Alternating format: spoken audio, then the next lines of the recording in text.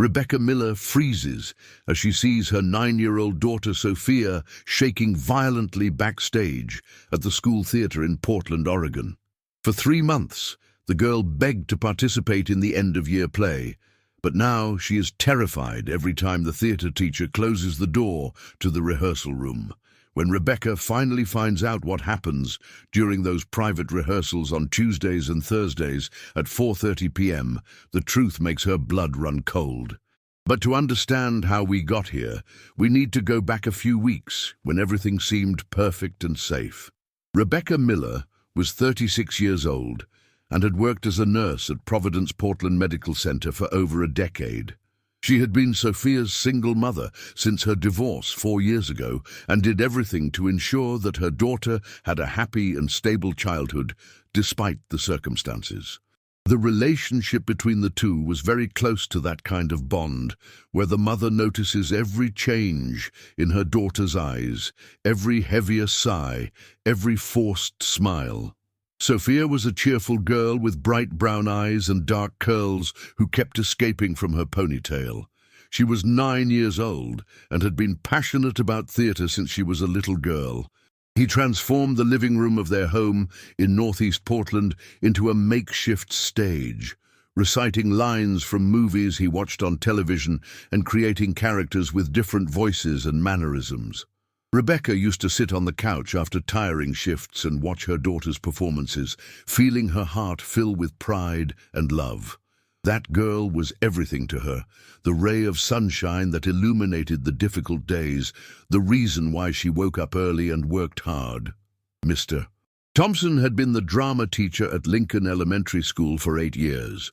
He was 42 years old, with gray hair on his temples and a friendly smile that conquered parents and students. He was considered a genius of the performing arts.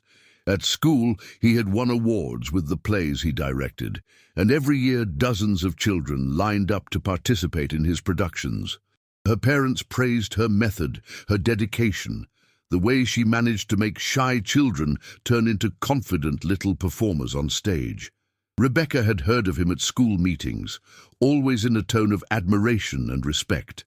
In this video, you will discover how a mother trusted her maternal instinct even when everyone said she was exaggerating.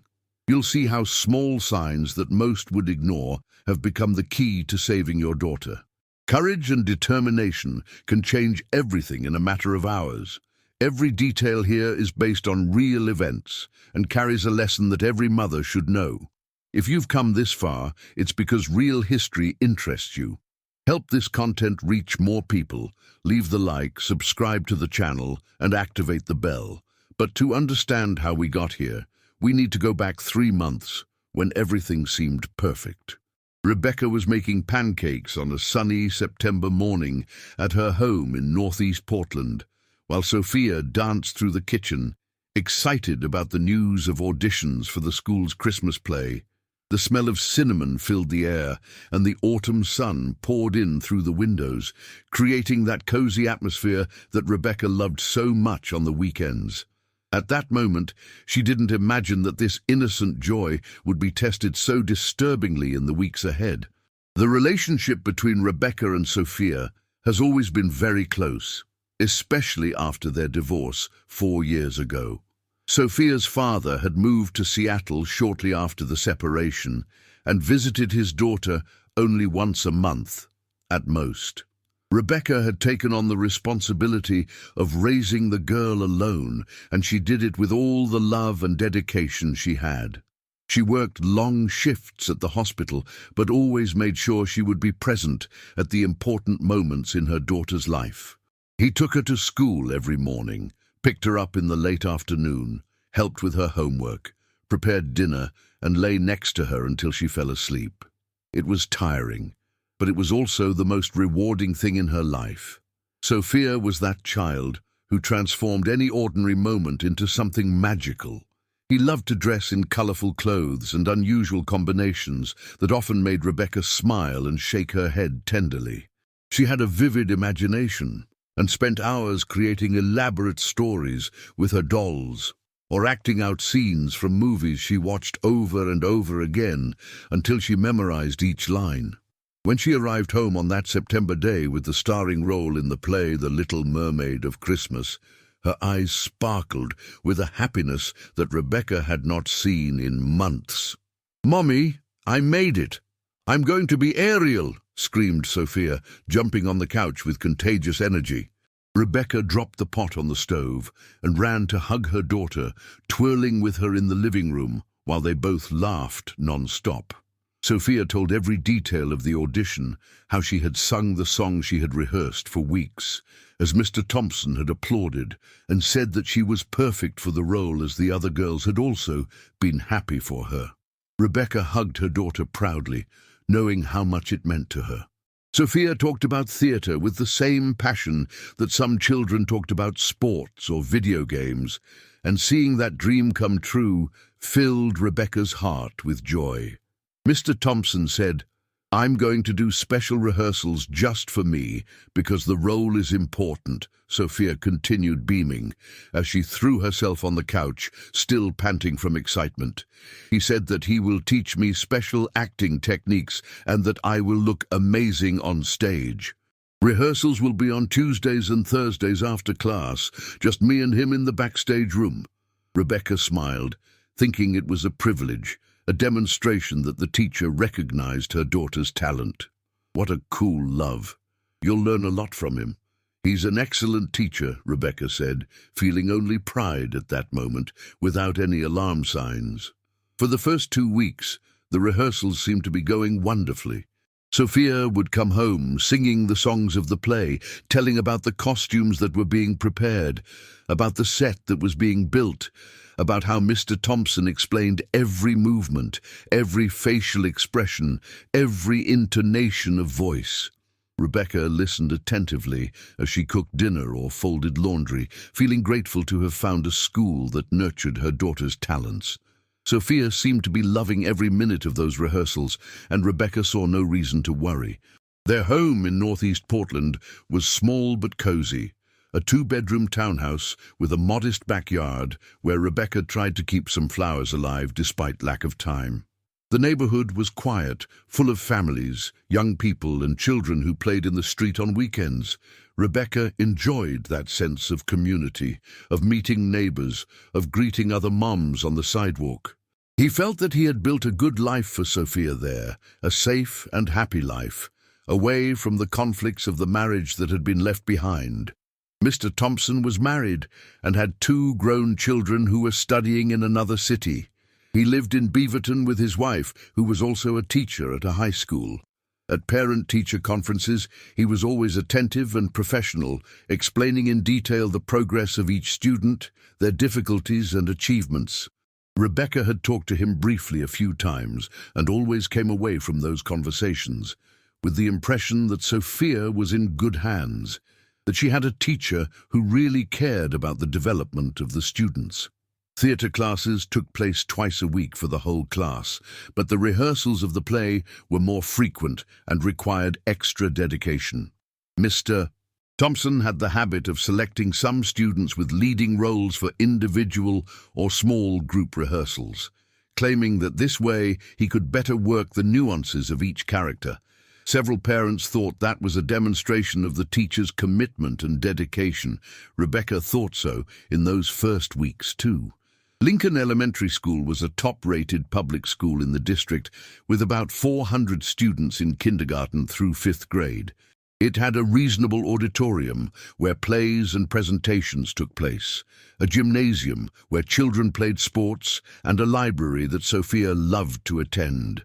The building was old but well-maintained, with wide corridors decorated with drawings and works by the students, and an outdoor patio where children played during intermission.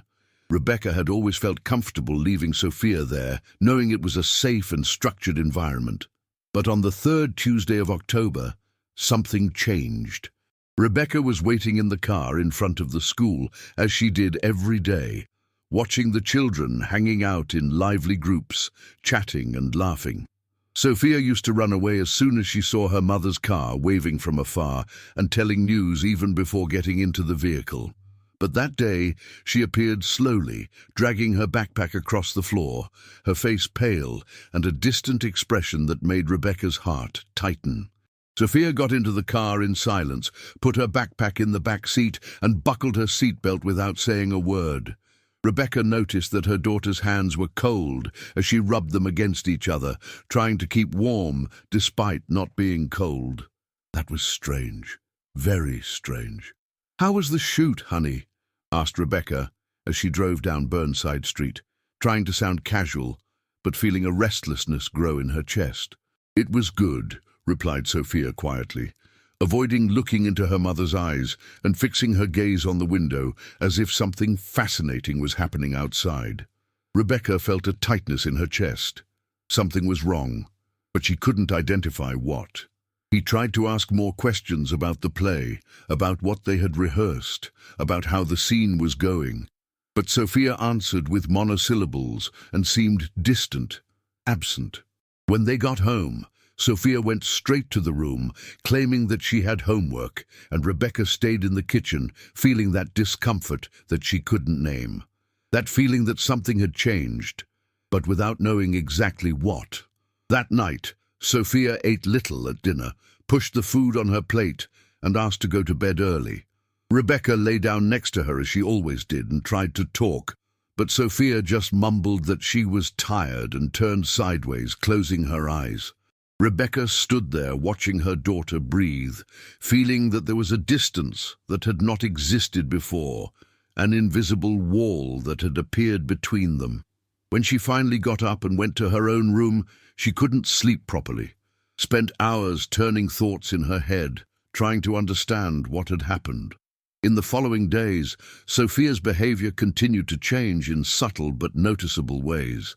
She, who always told her mother everything in the smallest detail, now only said that the rehearsals were special. "Mr. Thompson said it's a secret, Mom. I can't tell you yet. It's a surprise for the presentation," he said every time Rebecca asked about what happened in the private rehearsals. That rehearsed answer began to bother Rebecca deeply. It wasn't normal for a 9-year-old child to keep secrets like that, not with that defensive tone and that averted look. The word special began to appear whenever Sophia mentioned the private rehearsals. Everything was special. The techniques that Mr. Thompson taught, the exercises that did, the way he prepared her for the role. Rebecca tried to convince herself that it was normal for theatre rehearsals to have secrets so as not to spoil the surprise of the play, she thought while preparing dinner or folding clothes. But her maternal instinct screamed that something wasn't right, that inner voice that every mother knows, that primal alarm that goes on when her child is in danger. Rebecca began to pay more attention to the details. He noticed that every Tuesday and Thursday Sophia woke up quieter, more withdrawn. She noticed that after rehearsals, the girl came home with reddened eyes, as if she had cried. He noticed that Sophia had stopped playing with the dolls and acting out the stories she loved so much. She noticed that her daughter was more attached to her, sleeping badly and waking up in the middle of the night, asking to go to her mother's bed. Each detail alone could be explained as a phase or tiredness or stress of preparing for the play, but together they formed a pattern that made Rebecca uneasy. One night Rebecca tried to talk more seriously with Sophia. They sat together on the couch with hot chocolate, that drink that always made conversations easier between them. "Love, Mum feels that you are different.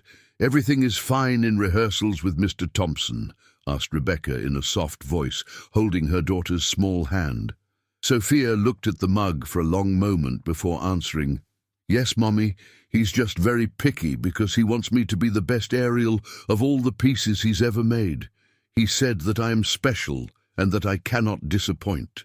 The way Sophia said that with that tone of responsibility, too heavy for a 9-year-old, made something turn in Rebecca's stomach. "But you're happy. You're enjoying it," Rebecca insisted, trying to look in her daughter's eyes for some truth that the words weren't revealing. Sophia hesitated for a split second before forcing a smile and saying, yes, she was loving it. But Rebecca knew every expression of that child. She knew when the smile was genuine and when it was a mask. That was a mask. Rebecca decided to pick up Sophia early on a Thursday to observe the end of the rehearsal. He left the hospital as soon as he finished his shift and drove straight to Lincoln Elementary, even though he knew he would arrive at least 20 minutes earlier than usual. She wanted to see with her own eyes. She wanted to understand what was happening in those rehearsals that were changing her daughter in that way. He arrived at school at 5:15 in the afternoon and walked through the empty corridors, hearing only the echo of his own footsteps on the linoleum floor. The auditorium was at the end of the main hallway. The lights were on. Rebecca could see the glow spreading under the double doors, but when she got closer, she realized that the backstage door, where the special rehearsals were taking place, was closed. Not just closed, locked. She tried the doorknob, turning slowly and then harder, but she didn't budge. It was locked inside. His heart raced.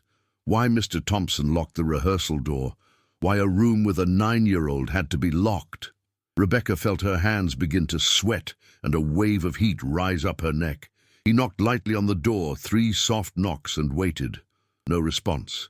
He hit again, a little harder. Silence. He leaned his ear against the door, trying to hear something, but the sound was muffled, only an indistinct murmur of voices. She stood there in the empty corridor for 10 minutes that seemed like an eternity, feeling her heart beat faster and faster, feeling that anguish grow in her chest like a poisonous plant spreading inside. Finally, the door opened and Sophia came out. Rebecca immediately saw that her daughter had cried. Her eyes were red and swollen, and there was a dried tear mark on her cheek. Mr. Thompson appeared right behind with a polite smile and that usual quiet manner, as if nothing was wrong, as if it were perfectly normal to lock a door with a child inside. "Mrs. Miller, what a surprise," he said, adjusting his spectacles and maintaining that friendly tone of voice which Rebecca had always found comforting, but which now sounded false. "I came to pick up Sophia earlier today," Rebecca replied, forcing a smile but feeling her hands tremble. Sophia quickly grabbed her backpack and walked quickly down the hallway without waiting for her mother. Rebecca had to hurriedly say goodbye to Mr. Thompson and run after her daughter. When she finally caught up with Sophia in the parking lot, the girl was already next to the car with her arms crossed and her gaze fixed on the ground. "What happened?" asked Rebecca, kneeling in front of her daughter and holding her shoulders, trying to make eye contact. "Nothing," answered Sophia dryly. "Why were you crying?" Rebecca insisted, feeling her voice begin to crack. "I wasn't crying. It was just the dust from the stage that got into my eye," lied Sophia so obviously that it made Rebecca's heart break. On the way back home, Rebecca tried to talk, but Sophia remained silent, looking out the window. When they got home, the girl went straight to the bedroom and locked the door. Rebecca stood outside listening to her daughter's muffled sobs, crying, and feeling an anger and despair she had never experienced before. He wanted to break down the door, hug Sophia, protect her from anything that was causing her pain, but at the same time, she knew that forcing it wouldn't help. She needed her daughter to trust her. She needed to create a safe space where Sophia felt comfortable to speak. That night, Rebecca didn't shut. She lay in bed looking at the ceiling, going over every detail of the last few days, trying to put the puzzle together. The door locked, the red eyes, the secrets, the special word repeated like a mantra, the change in behavior. All of that together formed an image that Rebecca didn't want to see, but that was becoming impossible to ignore. Something was going on in those rehearsals, something that was hurting her daughter, and she needed to figure out what it was. The next morning, Rebecca decided to talk to other mothers in the school parking lot. Maybe it wasn't just Sophia, maybe other children were also going through something similar. He saw Jennifer, Emma's mother, who also had an important role in the play, and approached her as the children entered the school. "Hi Jennifer, how are you? Emma is enjoying the rehearsals," asked Rebecca, trying to sound casual. "Oh, you're loving it," replied Jennifer, smiling broadly. "Mr. Thompson is wonderful, isn't he? He has a special way with children.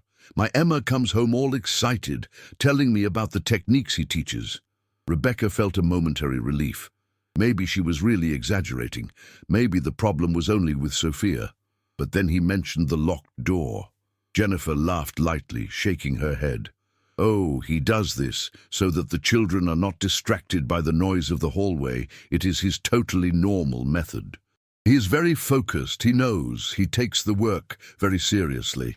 3 other mothers who were nearby all agreed, praising the teacher, talking about how he had turned his children into little actors, confident about how his plays were always the best in school.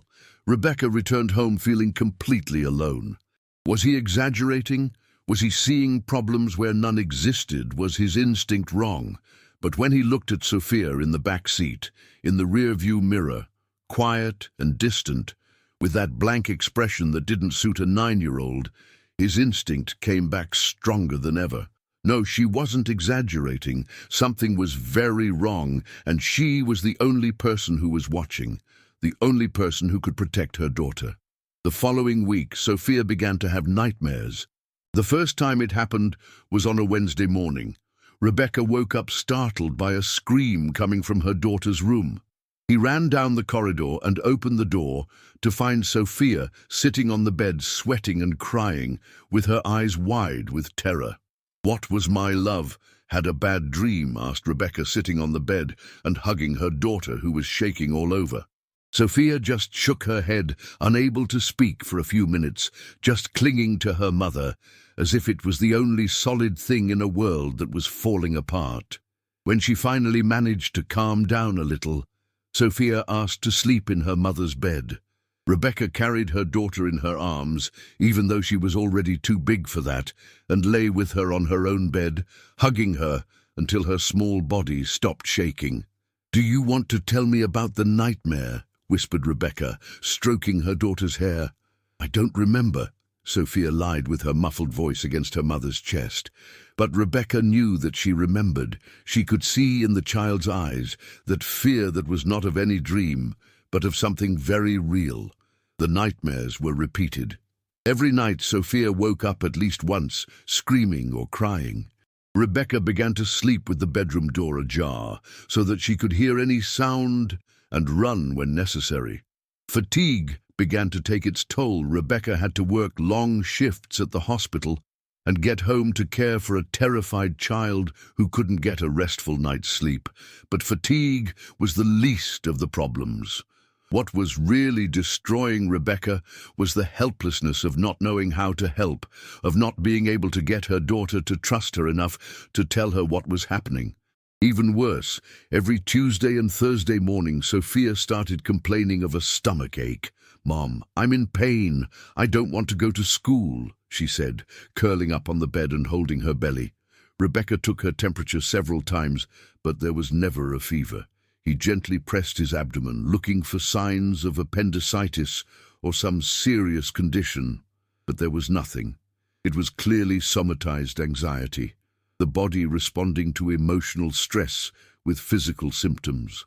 And Rebecca realized the pattern was exactly the days of special rehearsals. On a Thursday morning, Rebecca insisted more firmly, "Sophia, love, you need to tell me what's going on. Why don't you want to go to school on rehearsal days? What happens there that makes you look like this?" said Rebecca, sitting on the edge of the bed and holding her daughter's hands. Sophia looked at her mother with frightened eyes, filled with an inner conflict that was painful to see in such a small child. "Nothing, Mom. I'm just tired of rehearsals," Mr. Thompson said. "I have to be strong because I'm the protagonist, and I can't give up now," he mumbled, before getting up slowly and starting to get dressed. Rebecca felt a surge of anger when she heard that. Mr. Thompson said, "I have to be strong." What kind of teacher puts that kind of pressure on a 9-year-old? What kind of adult makes a child feel responsible to the point of developing physical symptoms of anxiety? But Rebecca swallowed her anger at that moment. She needed to take Sophia to school. She needed to maintain some normalcy while she figured out what to do. She drove her daughter to Lincoln Elementary, feeling the weight on her chest increase with each block. That day, Rebecca couldn't concentrate on her work. He attended to the patients on autopilot. His mind was completely occupied with Sophia, with the rehearsals with Mr. Thompson. During his lunch break, he stayed in the car researching on his cell phone about signs of abuse, about suspicious behavior by teachers, about how to approach situations like this. The more she read, the more her anguish grew, because Sophia showed several of the signs mentioned: change in behavior, nightmares, isolation, secrets, resistance to going to certain places. Rebecca decided that she would attend the next dress rehearsal. These rehearsals were open to parents, took place once a week, and served to show the progress of the play. She had never gone before because she worked at that time, but this time she asked to change the shift with a colleague, claiming a family emergency. On the day of the rehearsal, he arrived at the auditorium half an hour earlier and sat in the last row, where he could observe everything without attracting attention. The auditorium began to fill up with other fathers and mothers who talked animatedly about the play, about their children, about the costumes. Rebecca could barely hear the conversations around her. Her eyes were fixed on the stage, where the children began to position themselves. Sophia was among them, but she looked smaller, somehow shrunken, despite being the protagonist. Mr. Thompson walked across the stage giving instructions in that confident, professorial manner that everyone admired. The rehearsal began. Rebecca watched the scenes unfold, saw Sophia sing, in a beautiful voice, but without the brightness she used to have. She saw the other children interacting naturally, while her daughter seemed to be just complying with mechanical movements. And then the moment that would change everything happened. Sophia was in the center of the stage, rehearsing a scene, when Mr. Thompson climbed the side steps and approached her to give some instruction on posture or intonation. Rebecca could not hear properly. Mr. Thompson touched Sophia's shoulder in a way that would seem casual to any inattentive observer. But what Rebecca saw froze her in her chair, made her blood turn to ice in her veins, made time seem to slow down. Sophia trembled. It wasn't a small tremor, it was a violent reaction of the whole body. The girl stepped back 2 steps, tripping over her own feet, and her face turned paper white, completely drained of color. Her eyes widened with pure primal fear, the kind of fear Rebecca had never ever seen in her daughter. Mr. Thompson went on talking normally, as if nothing had happened, as if he hadn't seen it, or as if he had seen it and didn't care. He gestured for Sophia to return to the position, and the girl obeyed like a robot. But her hands trembled visibly. Even from afar, Rebecca could see. The other children didn't seem to notice, or maybe they were used to it. But Rebecca had seen it. She had seen her daughter react to that man's touch, as if it were something that burned, as if it were pure pain. Rebecca felt her own hands get cold, and her heart beat so out of control that she thought she was going to vomit right there. That wasn't stage nervousness. It wasn't the insecurity of an inexperienced child. It was fear. It was terror. It was the reaction of someone who had been hurt, and who associated that touch with something deeply disturbing. At that moment, all the pieces fit into Rebecca's mind. The private rehearsals, the locked door, the secrets, the nightmares, the refusal to go to school on rehearsal days, the red eyes. It all made sense now, a horrible and devastating sense. Rebecca got up from her chair with wobbly legs. He had to hold on to the back of the front row to avoid falling. He staggered out of the auditorium and went straight to the bathroom, where he locked himself in a booth and let the tears of anger and despair finally fall. His daughter, his little girl, was being hurt by that man whom everyone trusted, everyone praised. And no one but her had seen, anyone but her had noticed, because everyone was blinded by reputation, by charisma, by the perfect facade that he maintained. But now Rebecca had seen it. And now she could no longer pretend. She could no longer doubt her own instinct. She could no longer give the benefit of the doubt. At that moment, standing in that school bathroom, with her hands resting on the sink, staring at her reflection in the mirror, Rebecca Miller made a decision. He would find out the truth, even if it was the last thing he did. He was going to protect his daughter. He was going to do whatever it took to get Sophia out of that nightmare. And if no one else believed her, if everyone thought she was exaggerating, it didn't matter. She was the mother. She was the only barrier between her daughter and that predator. And she wasn't going to fail. Nothing in this story happened by chance. What you are discovering here may be the missing piece to understand everything. Stay until the end, because the most surprising moment is yet to come. Rebecca couldn't sleep that night. She stayed up until 4 in the morning, sitting in bed with her laptop open, researching everything she could find about Mr. Thompson. He typed his name in all possible variations, searched social networks, public records, news archives. He looked for any clue, any hint of suspicious behavior in the past, any formal complaint, anything that would validate the terror he had seen in his daughter's eyes. But he found only praise. Portland District Best Teacher Awards for 2 consecutive years. Articles in local newspapers about successful plays he had directed. Photos of him smiling next to students at presentations. Enthusiastic testimonials from parents thanking him for the positive impact he had had on their children's lives. Nothing suspicious, absolutely nothing. Every page Rebecca opened, every result that appeared on the canvas, painted a portrait of a dedicated and respected educator. A family man married for 20 years with 2 children. A beloved teacher who arrived early and left late, who organized free presentations for the community, who dedicated weekends for extra rehearsals. How is it possible that someone with this background would be able to make a child tremble in that way of making a 9-year-old girl have nightmares and cry in secret? But Rebecca couldn't ignore what she had seen. I couldn't pretend that that moment in the auditorium hadn't happened. As the sun began to rise, Rebecca closed her laptop with her hands shaking with fatigue and frustration. But I wouldn't give up. If the internet didn't have answers, it would find it another way. He needed to talk to someone in a position of authority, someone who could formally investigate, someone who had the power to protect Sophia and possibly other children. The next morning, just as she dropped Sophia off at school with a heavy heart, seeing the girl shuffle her feet toward the entrance, Rebecca picked up the phone and called Lincoln Elementary. "I need to talk to the principal, Mrs. Patterson. It's urgent," Rebecca said to the secretary, trying to keep her voice steady despite the lump in her throat.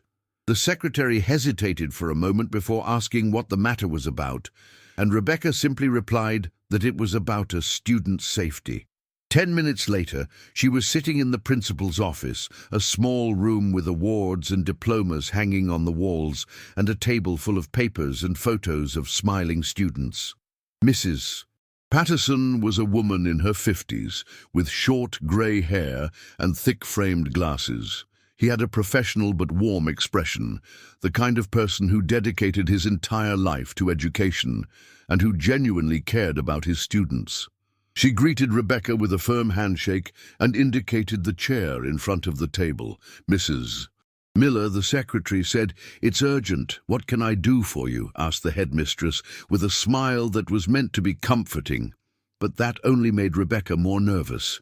"I need to talk about the rehearsals of the play," said Rebecca, gathering all the courage she had. "It's about Mr. Thompson and my daughter Sophia."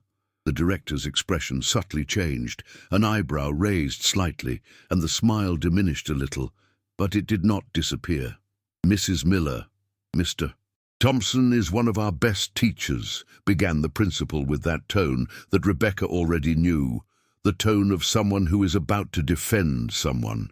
"He has impeccable references, has been with us for 8 years, and we have never ever received any complaints about his professional behavior." Rebecca felt frustration begin to simmer inside her, but she tried to stay calm. "I know his reputation. I know everyone likes him.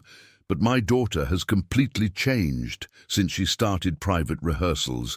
She has nightmares, wakes up crying in the middle of the night, refuses to go to school on rehearsal days. Yesterday I saw her tremble when he touched her shoulder at the dress rehearsal. It wasn't a normal tremor. It was pure fear." Rebecca noticed that her voice was rising in pitch and took a deep breath, trying to control herself.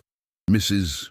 Patterson clasped her hands together on the table and leaned forward slightly with that expression which Rebecca soon recognized as condescension. "Mrs. Miller, I understand that you are worried, and it is natural for a mother to want to protect her daughter. But Sophia has the lead role in the play. It's a huge responsibility for a 9-year-old. It is very common for children in this situation to feel pressure, anxiety, even physical symptoms. It does not mean that something inappropriate is happening. Mr. Thompson is strict, yes, he has high standards, but that's what makes him an exceptional teacher.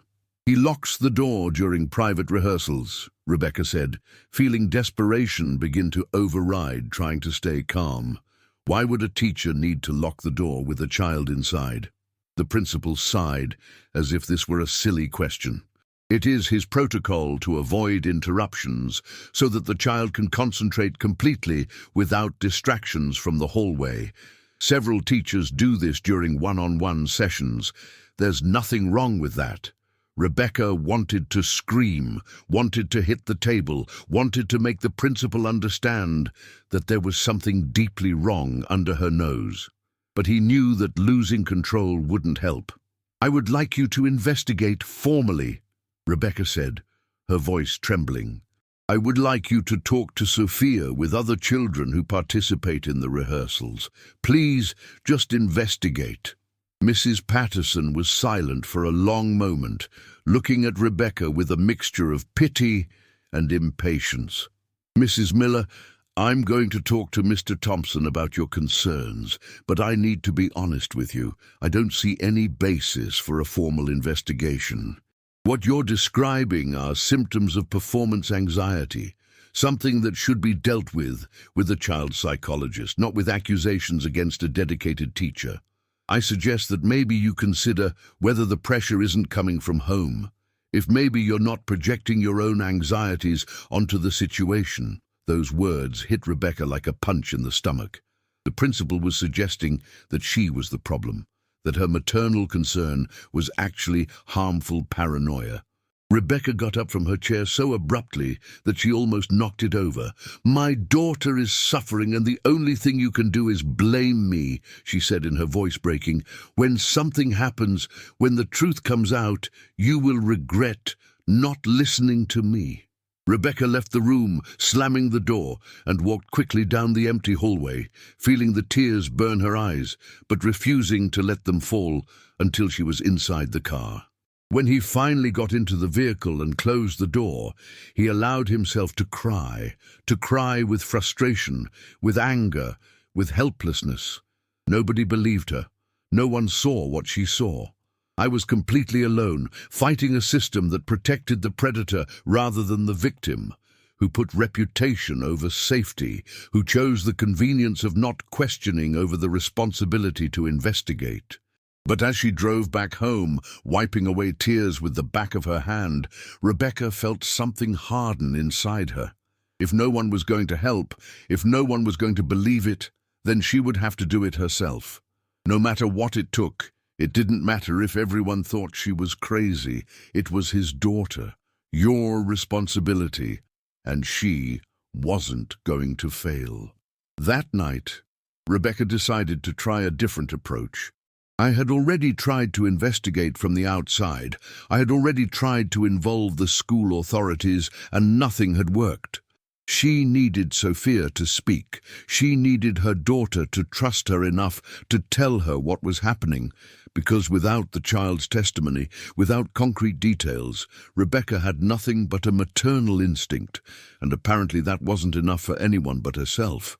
She prepared Sophia's favorite hot chocolate with melted marshmallows on top, exactly the way the girl liked it.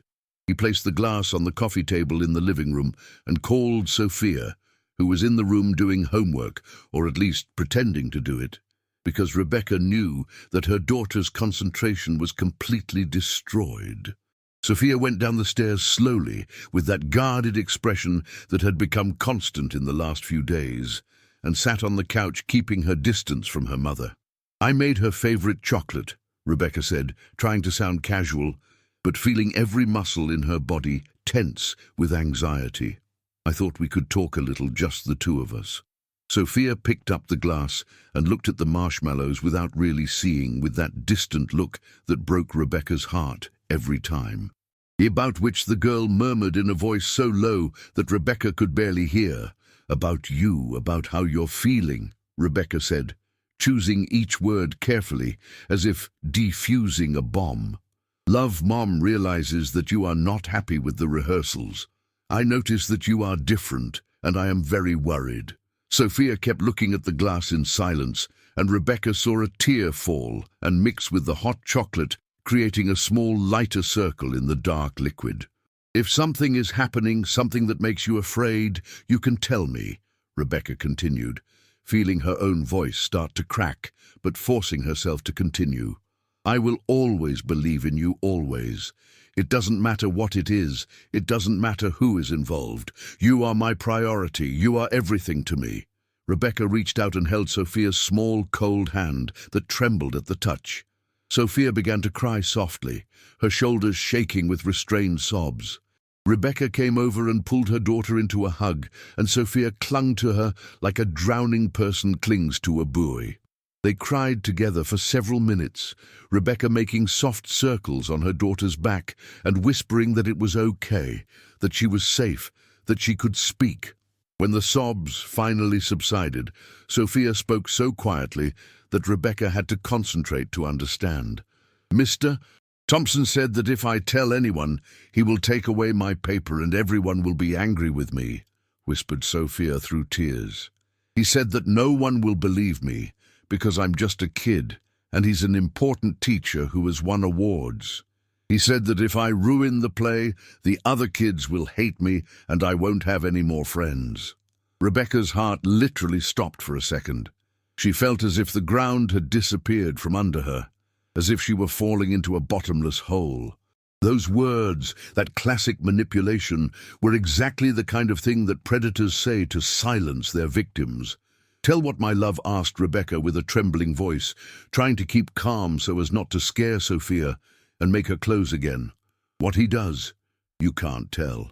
But Sophia shook her head violently and walked away from the embrace. "I can't, Mom," I promised. "He said it's a secret, that it's part of his method, that all great actresses go through this." Rebecca felt anger, such intense anger that her hands began to tremble. I wanted to go to school at that very moment. I wanted to confront that man. I wanted to shout to the world what he was doing. But she knew she needed more. She needed concrete proof, because until now no one was believing her. "Love listens," said Rebecca, holding Sophia's face with both hands and looking directly into her daughter's eyes. "Promises that make you feel bad, promises that hurt you, are not real promises. Adults who ask you to keep secrets that make you sad or afraid are not good adults. You're not doing anything wrong if you tell me I'm your mom and my job is to protect you." But Sophia just shook her head again and got up from the couch. "I'm tired, Mom. I want to sleep," she said. And before Rebecca could protest, the girl was already going up the stairs back to the bedroom. Rebecca sat on the couch, hugging herself, feeling anger and despair at the same time. Sophia had confirmed that there was something to tell, had confirmed the manipulation, but she was still too terrified to reveal the details. And Rebecca couldn't force it. She couldn't traumatize her daughter, even more so by trying to forcibly extract information. That night, Rebecca didn't sleep again. She lay looking at the ceiling, going over the conversation, going over every word Sophia had said, every tremor in the girl's voice. And he made a decision. If Sophia couldn't tell, then Rebecca would have to find out otherwise. She would have to obtain concrete evidence, something that no one could ignore or dismiss as maternal paranoia. The next morning, Rebecca called her brother David. He lived in Seattle, had worked as a police officer for 15 years, and was one of the few people Rebecca trusted completely. When he answered, Rebecca broke down, told everything that had happened in the last few weeks, the signs, the change in behavior, the tremor she had seen, what the principal had said, the conversation with Sophia the night before. David listened to everything in silence, and when Rebecca finally stopped talking, exhausted, He sighed heavily. Rebecca, your gut is right. This has all the classic signs of manipulation and abuse, David said in that professional voice he used when he was being a cop, not brother. The problem is that without concrete evidence, without detailed testimony from the victim or other witnesses, it is very difficult to do anything formally. Schools often protect teachers, especially those with good reputations, because scandals damage the entire institution. So what do I do? Asked Rebecca, feeling tears of frustration burn her eyes. I can't just let it go on. I can't wait until it's too late. David was silent for a moment, thinking. You need evidence, he said finally. She needs to document everything, keep a record of every change in behavior, everything Sophia says. And if possible, it needs direct proof, a recording, a testimony from another child, something that cannot be ignored. How do I get this? Rebecca asked, feeling a chill down her spine as she realized what he was suggesting. It's risky, Becca replied David with hesitation in his voice. But if you can record one of these rehearsals, if you can capture whatever is going on inside, that would be enough evidence to force a police investigation. But it has to be done carefully, because if he finds out, he can destroy any evidence, and on top of that, claim that you are harassing him. Rebecca ended the call with her brother and sat in the kitchen for a long time, staring at the phone in her hand. Recording rehearsals seemed like an invasion. It seemed desperate and potentially illegal. But what else could she do? I had already tried all the appropriate channels. I had already talked to the school. I had already tried to get Sophia to open up. Nothing had worked. And while she hesitated, while she followed the rules, Sophia kept suffering, kept getting hurt by that man everyone trusted. That afternoon, Rebecca went to an electronics store on Broadway. She walked through the corridors feeling like a criminal, as if the security cameras could read her intentions. He found the audio recorder section, small, discreet devices that could be easily hidden. He took the smallest one, who found one that fit in the palm of his hand, and had a battery life of up to 4 hours. He paid in cash to leave no electronic trace, and left the store quickly, putting the device at the bottom of his bag. At home, Rebecca tested the recorder several times to make sure it worked perfectly. The audio quality was surprisingly good. It even picked up whispers from meters away. The night before Tuesday's rehearsal, Rebecca discreetly placed the tape recorder in the side pocket of Sophia's backpack, the one she never used, but which was close enough to capture conversations. He covered it with a tissue so that it wouldn't be visible if someone casually opened the backpack. His hands were shaking so much that he almost dropped the device twice. On Tuesday morning, Rebecca took Sophia to school as usual. His stomach churned with anxiety as he drove. He could feel the cold sweat running down his back, despite the car's air conditioning being on. What if they discovered the tape recorder? What if Mr. Thompson searched Sophia's backpack? What if Rebecca was putting her daughter in even greater danger? But as she looked at Sophia in the back seat, seeing that child who used to be so full of life, now apathetic and scared, Rebecca knew she had no choice. When she left Sophia at the entrance of the school, Rebecca held her daughter's hand for an extra moment. "I love you, my love," he said, looking at the brown eyes that used to shine and now seemed faded. "I will always protect you, always." Sophia just waved and entered the school without looking back. Rebecca stood there watching her daughter disappear into the hallway, feeling as if she was sending a part of herself to a war zone. He drove home, but could do absolutely nothing. He tried to clean the house, but gave up after spending 20 minutes looking at the same plate without actually seeing it. He tried to watch television but couldn't concentrate on anything that was on the screen. He paced up and down the room like a caged animal, looking at the clock every 30 seconds, watching the minutes drag on with torturous slowness. The 2 hours until she picked up Sophia seemed like 2 eternities, 2 lifetimes of agony and anxiety. When it was finally time to pick up Sophia from school, Rebecca drove 10 kilometers over the speed limit, needing to force herself to slow down so as not to attract the attention of the police. He arrived at school 5 minutes early and waited in the car with the engine off, feeling every beat of his own heart like a drum in his chest. He saw the children start to leave. He saw Sophia finally appear, walking slowly with her head down. When the girl got into the car, Rebecca had to hold herself back from snatching the recorder from her backpack right there. The way back home was in silence. Rebecca didn't trust her own voice. She didn't trust asking questions without revealing the desperation she felt. Sophia looked out the window the whole way, and when they got home, she went straight to the bedroom as she had become a habit. Rebecca waited to hear the bedroom door close, waited another 5 minutes to make sure Sophia wouldn't come down again. Then, with trembling hands, he took his daughter's backpack that had been lying on the couch. He opened the side pocket carefully, as if the recorder might explode. It was there exactly where she had placed it, seemingly untouched. Rebecca picked up the device, feeling it heavy in her hand, much heavier than it should have been, carrying the weight of a truth she feared to discover, but needed to know.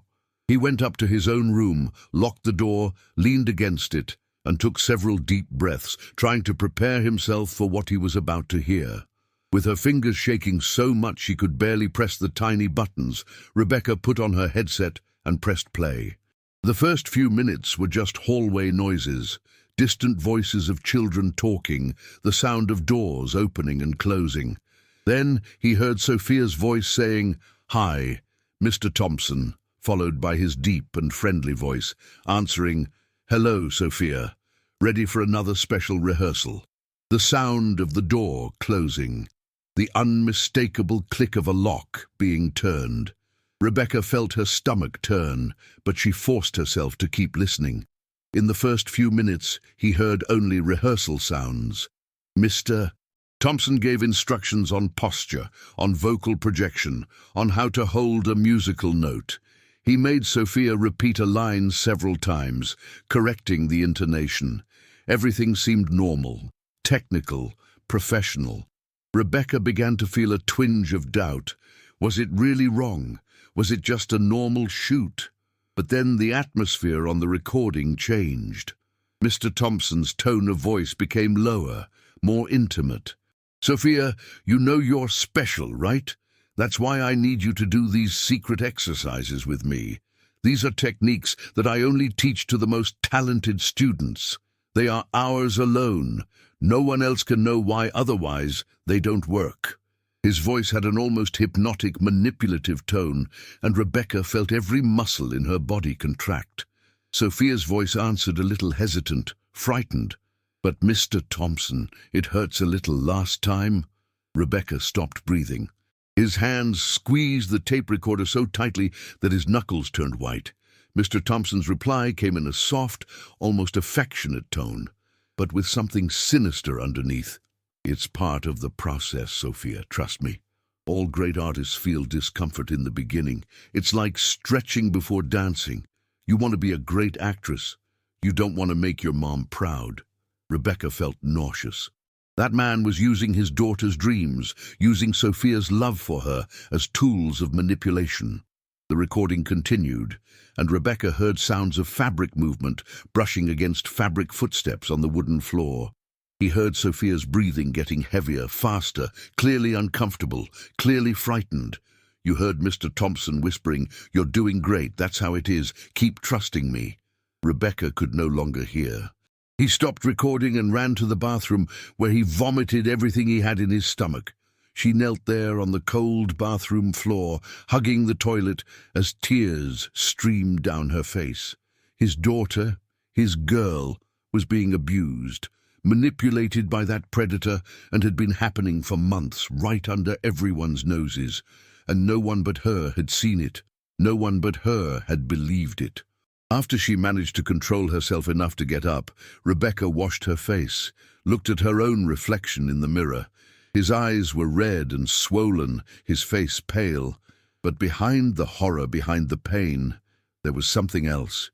Determination, anger, a maternal fury that burned so intensely that Rebecca felt as if she could melt the world. Now she had proof. Now she had something that no one could ignore or dismiss. Now she could protect Sophia. If you are here, it is because this story deserves to be heard. I believe that what comes next will surprise you even more. Don't leave this video before you find out how it all ended. Rebecca didn't wait a minute. With his hands still shaking, he picked up the phone and called the Portland police. Not to the central police station, but to the juvenile crimes hotline that David had given her.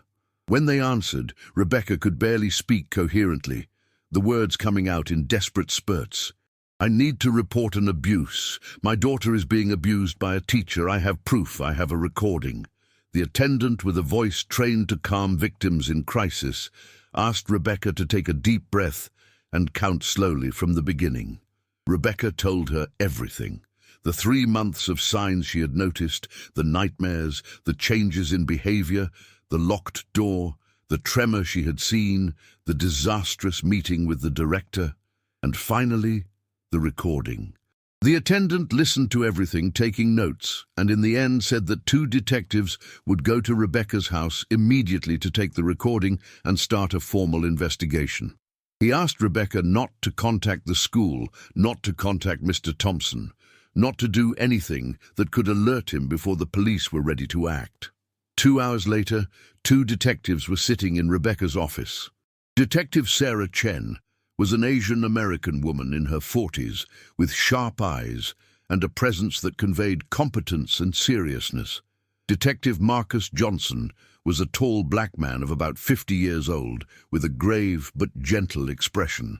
They listened to the entire recording without interrupting. Rebecca saw their expressions harden as the recording progressed, saw Detective Johnson's jaw twitch, saw Detective Chen jot down something hard enough to almost tear the paper. When the recording ended, Detective Chen looked at Rebecca. "Mrs. Miller, you did the right thing in bringing this to us," said in a firm voice. "This recording is clear evidence of manipulation and inappropriate language. We will need to do a forensic interview with Sophia, with trained experts so as not to traumatize her further. And we will investigate Mr. Thompson thoroughly." Detective Johnson added, "In cases like this, there is rarely just one victim. If he did it to Sophia, it is likely that he did it to other children as well." Rebecca felt such intense relief that she almost collapsed right there. Finally, someone believed her. Finally, someone was taking it seriously. But the relief was short-lived, because then came the fear. What if Mr. Thompson found out about the investigation before he was arrested, and if he tried to intimidate Sophia further, and if he ran away? Detective Chen, as if reading Rebecca's thoughts, said, "Don't worry, let's act quickly. Tomorrow morning we will go to the school with search and seizure warrants. Let's get his phone and computer before he can delete anything, and we're going to take him in for questioning." That night, Rebecca didn't let Sophia go to school the next morning. He said that the girl was sick, which was not completely a lie, because Sophia really seemed exhausted and feverish from so much stress. At 9 in the morning, Rebecca's phone rang. It was Detective Chen. "Mrs. Miller, we are in school now," she said. "We have just filed the warrants and are taking Mr. Thompson to the police station. The principal is cooperating and we will need to interview other students, but the main thing is that he will no longer have access to any children." 2 hours later, Rebecca received another call. It was Detective Chen again, but this time her voice had a different urgency. "Mrs. Miller, you must come to the police station," she said. "We found something on Mr. Thompson's laptop." Rebecca felt her heart race. "What you found?" Messages whispered to the detective as if the words themselves were poisonous. Inappropriate messages with at least 5 other students at the school from the last 2 years. He was manipulating several girls using the exact same methods he used with Sophia. Rebecca felt like she had been punched. Part of her was horrified to find that there were more victims, more families who would have to deal with this pain. But another part felt a dark validation. She was right. His instinct was right. And now that monster would be prevented from hurting more children. He picked up Sophia and drove to the police station where Detective Chen was waiting for them. Sophia would need to give a formal testimony, but it would be done with specialists in childhood trauma, in a room specially prepared to be less intimidating. While waiting at the police station, Rebecca saw when they brought Mr. Thompson in handcuffs. He no longer had that friendly smile, that confident posture. It looked smaller, somehow shrunken. As she passed Rebecca, her eyes met for a brief second, and she saw panic in them. He saw the mask finally falling. He saw the real man behind the facade of the beloved teacher. Rebecca held Sophia's hand and turned around so that her daughter wouldn't have to see that man again. Sophia's testimony was heartbreaking, but necessary. The expert who interviewed her was kind and patient, asking questions carefully, allowing Sophia to tell at her own pace. Sophia talked about the special exercises, about how Mr. Thompson touched her in ways that made her uncomfortable, about how he said it was secret, about how he threatened to take away her paper if she told. She talked about other girls who also had private rehearsals. Emma Sarah, Julia Lilly, all girls with important roles in the plays of recent years. Word spread quickly through the school and the Portland community. The next morning, Mr. Thompson's arrest was headlined in the local newspaper. Respected teacher arrested for child abuse at Portland School. Rebecca's phone kept ringing. First, there were journalists wanting interviews that she refused all. Then, there were other mothers. Jennifer was the first. He arrived at Rebecca's door with his eyes red and swollen from crying. When Rebecca opened the door, Jennifer stepped in and hugged her so tightly that Rebecca could barely breathe. "You were right," whispered Jennifer between sobs. "I should have paid attention. I should have realized. Emma told me everything this morning. She, too. He also did things with her and I didn't see it. I didn't want to see it, because he was so loved, because everyone liked him." Rebecca hugged Jennifer back, feeling the other mother's pain as if it were her own. "It wasn't your fault," Rebecca said in a choked voice. "He was good at deceiving. That's what he did." Other mothers arrived throughout the day. 5 families in all, 5 girls besides Sophia, who had been manipulated by Mr. Thompson. All the mothers were devastated, all feeling guilty for not having realized sooner. Rebecca received all offered coffee, tea, a shoulder to cry on. And slowly, a network of mutual support began to form. Women united by the worst experience of their lives, but determined to help their daughters recover. The school called an emergency meeting with psychologists to assist the families. Mrs. Patterson, the headmistress, was visibly shaken. He made a public apology to Rebecca in front of all the families present. "Mrs. Miller, I have failed you and your daughter," said with tears streaming down her cheeks. "You came to me and I didn't listen. I protected the aggressor instead of the victim, and I will carry this forever. I am resigning from the position of effective director immediately." Rebecca felt no satisfaction in that apology. He just felt tired. The director's dismissal did not change what had happened. It did not erase Sophia's months of suffering, but at least it showed that there were consequences, that the system had failed, but it was being forced to acknowledge it. The school implemented new policies immediately. Doors could never again be locked during activities with students. Cameras were installed in all classrooms. All individual meetings between teachers and students would need to have at least 2 adults present. Mandatory training on signs of abuse would be given to all employees.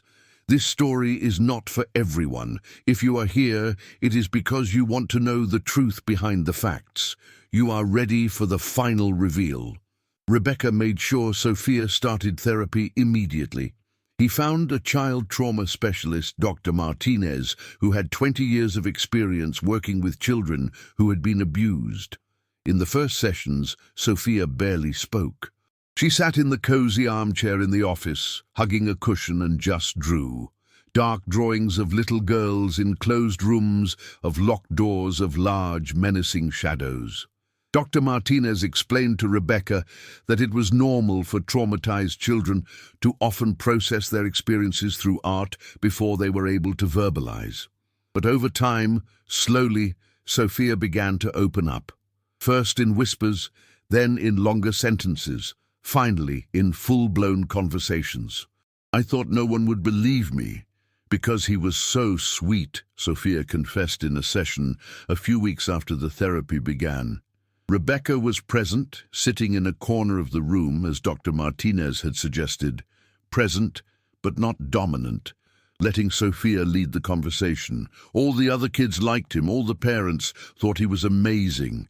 I thought that if I said it, everyone would think I was lying, that I was trying to get attention. Rebecca felt her heart break again, hearing this.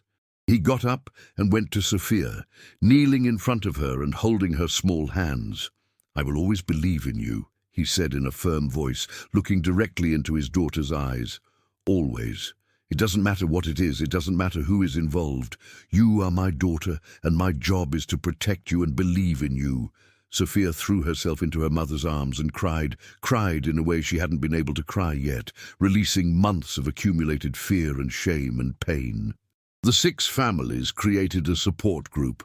They met fortnightly at one of the mother's house, or sometimes in a park when the weather was good. The girls played together, which initially seemed strange. Children who shared such a specific trauma, but which ended up being therapeutic. They didn't need to explain to each other. They didn't have to pretend that everything was fine. They could simply be understood completely. And the mothers talked, shared coping strategies, vented about guilt and anger, supported each other on difficult days. Jennifer became a close friend of Rebecca's. The two began meeting for coffee once a week, a time for themselves away from their daughters, where they could process their own emotions without having to be strong. It was Jennifer who suggested that Rebecca consider speaking publicly about what happened. "You saved 6 girls," said Jennifer, holding the cup of coffee with both hands. "You trusted your gut when everyone else said you were wrong." Other mums need to hear this story. They need to know that it's okay to suspect, that it's okay to investigate, even when it seems like you're overreacting. Sophia smiled slowly again. It didn't happen overnight. It wasn't linear.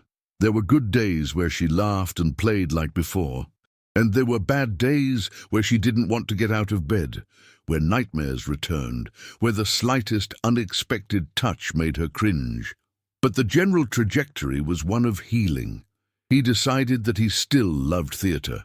Art itself was not to blame for what a horrible man had done, but he needed time before returning to the stage.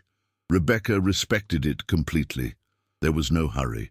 Sophia's healing would happen in her time. 6 months after the day of his arrest, Mr. Thompson was tried. Rebecca and the other 5 mothers were all present in court. Sophia didn't have to testify in person. Her recorded testimony was enough, but Rebecca wanted to be there to see justice being done. The trial lasted 3 days. The defense tried to argue that it had all been misunderstood, that it was just unorthodox acting techniques that had been misinterpreted. But the evidence was overwhelming. The recordings, the messages found on the laptop, the testimonies of 6 girls who told consistently similar stories. The jury deliberated for only 2 hours, guilty on all counts. The sentence came a week later, 15 years in prison. When the judge read the sentence, Rebecca closed her eyes and took a deep breath for the first time in months, feeling an immense weight lift off her shoulders. Mr. Thompson was led away in handcuffs without looking back, his mask finally completely destroyed, his true nature exposed for the whole world to see. Outside the courtroom, Rebecca hugged Sophia, who was now 10 years old, stronger, more confident than she had been in a long time. "It's over, my love," murmured Rebecca, kissing the top of her daughter's head. "He won't hurt anyone else ever again." Sophia nodded against her mother's chest, and for the first time in months smiled a genuine smile that reached her eyes. Life slowly began to return to normal, or at least to a new version of normal. Sophia returned to school. Lincoln Elementary had a new principal and new protocols, and she felt safe there again. He made new friends, joined the book club, started taking piano lessons. She kept her distance from the theatre for the time being, but Rebecca noticed that she sometimes caught Sophia singing in the shower or acting out movie dialogue in her bedroom, and she knew that eventually her love of art would return completely. Rebecca turned her experience into a mission. She began lecturing in schools all over Oregon about warning signs about the importance of trusting the maternal instinct on how to approach situations when you suspect something is wrong. "No reputation, no position is above the safety of our children," he repeated in each lecture, and saw mothers in the audience waving, agreeing, some crying because they recognized signs they had ignored in their own lives.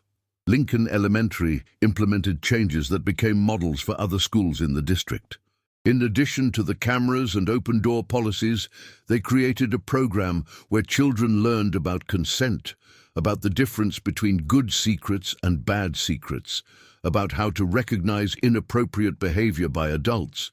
They created a system where children could report concerns anonymously through suggestion boxes scattered around the school. And more importantly, they have trained all teaching and administrative staff to take seriously any concerns raised by parents instead of automatically protecting the institution's reputation. Sophia, now 11 years old, returned to the theatre. Not at school, but in a smaller, more intimate community theatre company, where Rebecca personally knew all the instructors, where there were always multiple adults present, where the doors had windows and were never locked. She made a small cameo in a production of The Wizard of Oz, and Rebecca was in the audience crying with pride, watching her daughter shine on stage again. After the performance, Sophia ran into the arms of her radiant mother. "I got it!" Mommy screamed, and Rebecca hugged her tight, feeling gratitude that they had survived, that they were on the other side of the nightmare. The 6 mothers remained friends, bonded by an experience that changed their lives forever, but determined not to let it completely define their lives or the lives of their daughters. They have barbecues on weekends, celebrate birthdays together, travel in groups on vacation. The girls grew up together in a support network that will likely last a lifetime. And whenever one mom has a rough day, whenever the guilt or fear returns, the others are there to remind them that they did the best they could, that their daughters are okay, that they're all healing together. Rebecca learned many lessons in that horrible year. She learned that being a mother is not only about loving deeply, it is also fiercely protective, even when the whole world says you are wrong. She learned that maternal instinct is not paranoia, it is an alarm system evolved over millennia, designed specifically to detect danger to our children. He learned that reputation means nothing, that predators specifically cultivate impeccable public images as camouflage. He learned that the system often fails, that schools and institutions often protect their own reputations over the safety of children. And she learned that a determined mother, a mother who refuses to give up, can change everything. Before we continue, help bring real stories to those who really care. If you want to be part of this mission, don't forget to like this video, subscribe to the channel and activate the bell. The story of Rebecca Miller and Sophia teaches us one of the most important lessons a mother can learn. The maternal instinct is not paranoia, it is not exaggeration, it is not weakness, it is protection. It is an internal alarm that has evolved over generations, specifically designed to detect danger to our children. When a mother feels that something is wrong with her daughter, when that weight in her chest appears, when the nights become sleepless with worry, she needs to trust that feeling, no matter how many people say otherwise, no matter how many respected voices try to convince you that you're imagining things. Rebecca faced doubts from other mothers who thought she was exaggerated. She faced the neglect of school authorities who protected the reputation of a predator instead of investigating the concerns of a mother. She even faced moments when she questioned herself, moments when she thought, could it be that I'm going crazy? Could it be that the problem is me? But he never gave up, because deep in her heart, in the deepest place where reason doesn't reach, Rebecca knew Sophia needed her. This courage to act, even completely isolated, even when it seemed that the whole world was against her, saved not only her daughter, but 5 other girls who suffered in silence, thinking that no one would believe them. The disturbing reality that this story exposes is that predators don't look like monsters. They don't wear literal masks. They don't act in an obviously suspicious way. People in positions of trust, such as teachers, coaches, religious leaders, doctors, close neighbors, close family members, specifically cultivate impeccable public images. They win prizes. They receive compliments. They build reputations that last for years or decades. They do it consciously as camouflage, like armor that protects them when someone finally suspects it. That's why distrusting someone like that seems impossible. It seems betrayal. It seems that you are the bad person for even thinking these things. But Rebecca shows us with painful clarity that no professional history, no number of awards, no amount of accolades is worth more than a child's safety. If your daughter changes her behavior, if she starts to have nightmares, if she avoids situations she once loved, if she becomes more closed, sadder, more scared, you need to investigate. Don't accept vague answers like you're just tired or it's just a phase. Don't be convinced by reputations, arguments, that you're offending someone important. Don't ignore the signs, even if they're subtle, because predators work precisely by creating doubt, creating that gray zone where it's easier to ignore than to confront. Sophia is now recovering. It wasn't fast, it wasn't easy, it wasn't linear. There were relapses. There were terrible days. There were times when it seemed like I would never go back to being the cheerful girl I once was. But with the help of specialized therapy, with the unconditional love of her mother, with time and patience, Sophia is healing. She learned lessons that no child should need to learn, but that unfortunately are necessary in the world we live in. He learned that telling the truth, even when we promise secrecy, is always the right choice when something hurts us, when something makes us uncomfortable. He learned that adults who ask for secrets that make us feel bad are not good adults. They do not deserve our trust. And especially Sophia learned the most important lesson of all, that her mother will always believe her, that no matter what happens, no matter who is involved, Rebecca will be on her side. That trust between mother and daughter, that absolute certainty that there's at least one person in the world who will believe and protect you, is what saved everything. This is what allowed Sophia to eventually open up, eventually to tell her, eventually to begin healing. Rebecca created a safe space where Sophia knew she could be vulnerable without judgment, without doubt, without fear of not being believed. The other 5 families are also in the process of healing. The support group they created became much more than bi-weekly meetings. It became a strong network of protection and mutual understanding, a chosen family, united by the worst kind of experience, but determined to turn this pain into something meaningful. They talk openly about the trauma, about the sleepless nights, about the unexpected triggers that bring it all back. They talk about guilt, that suffocating weight of thinking, why I didn't realize before, why I didn't protect my daughter. They talk about anger against the predator, against the system that has failed themselves, and they talk about the surprising strength they found in each other. Together, these 6 mums are changing school policies not only at Lincoln Elementary, but throughout the Portland district and beyond. They are working with legislators to create stricter laws about safe school environments. They are giving talks at education conferences, sharing their experiences so that others can learn. They are ensuring that other children have extra layers of protection so that other predators cannot operate as easily under the radar. Mr. Thompson is serving his 15-year sentence in a state prison. He will have his name permanently registered as a sexual predator. When he is eventually released, he will never be able to work with children again. He will never be alone with minors. He will never again have the opportunity to use a position of authority to manipulate and hurt. Justice was done at least within the legal system, But Rebecca knows that real justice isn't just about punishing the guilty. Real justice is to prevent other predators from doing the same, to create systems where children are protected, where mothers are heard, where reputation is not more important than safety. Before we close this story, I want you to reflect on something.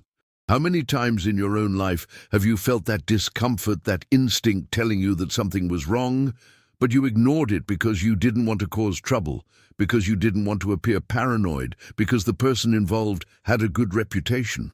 How many times have you heard another mum express concerns and told her that you were overreacting because it was easier than considering the disturbing possibility that she might be right?